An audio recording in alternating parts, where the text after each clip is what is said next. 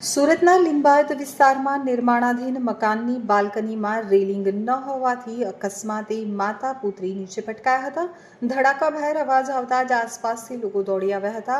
જો કે સદનસીબે બંનેનો ચમત્કારિક બચાવ થયો હોવાનું સામે આવ્યું છે.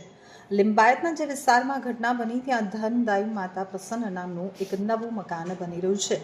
આ નવનિર્મિત મકાન કેવું બન્યું છે તે જોવાના ઉત્સાહમાં માતા અને તેની પુત્રી પહેલા માળે ગયા હતા.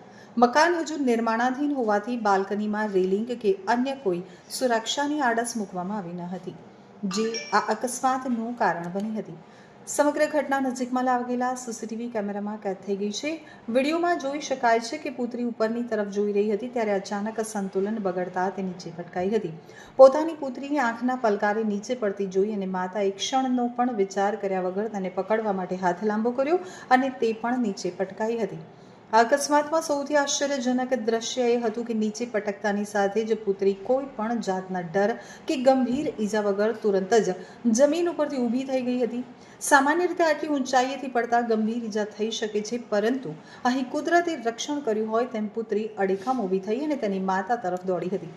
તો માતા નીચે પટકાયા બાદ અચેત અવસ્થામાં હતી ત્યારે પુત્રીએ હિંમત હાર્યા વગર પોતાની માતાને જગાડવા અને ઉઠાડવા માટે પ્રયાસ કર્યા હતા.